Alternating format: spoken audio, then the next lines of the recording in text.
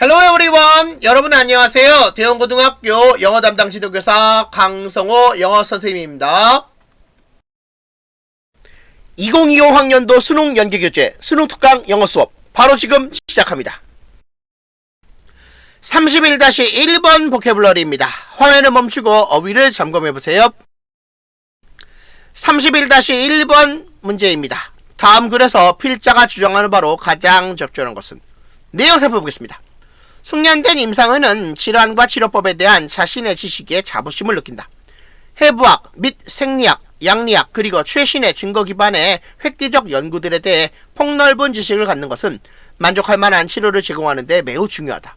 하지만 그에 못지않게 중요한 것은 질병이 환자의 감정에 어떻게 영향을 미칠 수 있는지에 대한 지식이다. 또한 개인마다 차이가 있을 여지가 분명히 있지만 전형적인 감정의 반응은 흔히 예상할 수 있다. 질병의 양상 및 단계에 수반하는 통상적인 감정을 이해하는 것은 임상의가 환자에 대한 진단과 치료 계획에 감정의 영역을 포함하는 방법에 대해 생각할 수 있게 해준다. 이해하고 수용하는 입장에서 환자의 감정을 다루는 것은 임상의가 환자의 요구를 가장 잘 만족시키는 방식으로 능숙하게 감정을 다룰 수 있게 해준다. 이 글 31-1번의 소재는 환자의 감정적 영역에 대한 임상의의 관심입니다. 임상의는 질환과 치료법에 대한 폭넓은 지식을 갖는 것도 중요하지만 환자 진단과 치료 계획에 있어 감정적인 영역도 포함하는 것이 중요하다는 내용의 글입니다. 따라서 필자가 주장할 바로 가장 적절한 것은 5번 임상의는 환자 진단 및 치료 계획 시 환자의 감정적인 측면을 다뤄야 한다입니다. 따라서 31-1번의 정답은 5번이 정답이 되겠습니다. 31-2번 보캐블러리입니다. 화면을 멈추고 어휘를 점검해보세요. 31-2번 문제입니다. 다음 빈칸에 들어갈 말로 가장 적절한 것은? 내용 살펴보겠습니다. 의료사회학에서 질환은 질병이나 병과 비교하여 한 개인 간의 생리적 기능 장애를 이루어진 좋지 않은 신체 상태로 간주된다. 실제 업무에서 질환이라는 용어는 그 정의에 정확히 부합하지 않는 매우 다양한 신체 문제에 다소 자유롭게 적용된다. 더 논란이 많은 영역 중 하나는 정신적 질병과 관련이 있다. 대다수는 아닐지라도 많은 정신적 장애가 위의 정의에 따라 질환으로 간주되지 않을 것이라고 주장될 수 있다. 다양한 경우에 질환으로 인정되었던 다른 신체 문제에 대해서도 마찬가지라고 말할 수 있다. 예로는 알코올 중독과 약물 남용이 포함된다. 이러한 신체 문제는 필수적인 명백한 병 증상과 기저생물학적 건강 이상이 반드시 있는 것은 아니다. 그럼에도 불구하고 그것들은 마치 질환인 것처럼 취급되는 경우가 빈번하다. 일단 빈칸에 들어갈 말은 2번 An overly broad conceptualization of disease를 정답으로 하겠습니다. 내용 계속 이어집니다. 이에 대한 한 가지 설명은 분명한데 어떤 신체의 문제가 의료 제도에 의해 치료되려면 그것이 질환으로 인정되어야 한다는 것이다. 따라서 질환에 대해 지나치게 광범위한 개념화를 하려는 경향이 있다. 이 글 31-2번의 소재는 질환에 대해 지나치게 광범위한 개념화를 하려는 경향입니다. 질환이라는 용어가 정신적 질병의 예를 통해 알 수 있듯이 의료사회학에서 말하는 정의에 정확히 부합하지 않는 다양한 신체의 문제에 적용되어 온 경향이 있다는 내용의 글입니다. 따라서 빈칸에 들어갈 말로 가장 적절한 것은 2번 An overly broad conceptualization of disease입니다. 따라서 31-2번의 정답은 2번이 정답이 되겠습니다. 31-3번 보캐블러리입니다. 화면을 멈추고 어휘를 점검해보세요.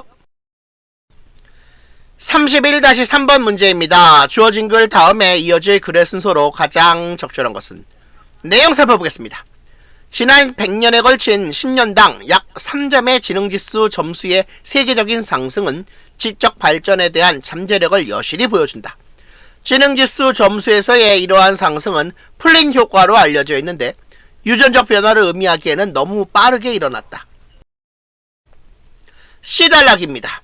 영양 및 기타 건강 요인의 개선이 아마도 그 변화의 일부를 설명할 것이다. 세계보건기구의 정보를 사용하여 연구원들은 한 국가가 심각한 감염성 질병이 없는 것과 그 국가 시민들의 평균 지능 지수 점수 사이에 강력한 상관관계가 있음을 확인했다. A번 지문입니다.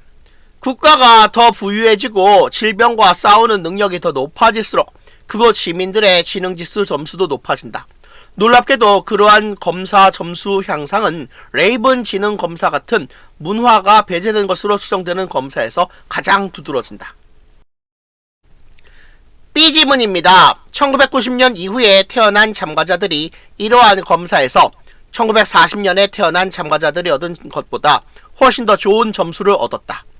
이러한 변화는 현대사회에서 살아가는 데 수반되는 상이한 항목들을 관리하는 능력이 향상되었음을 반영하는 것일지도 모른다.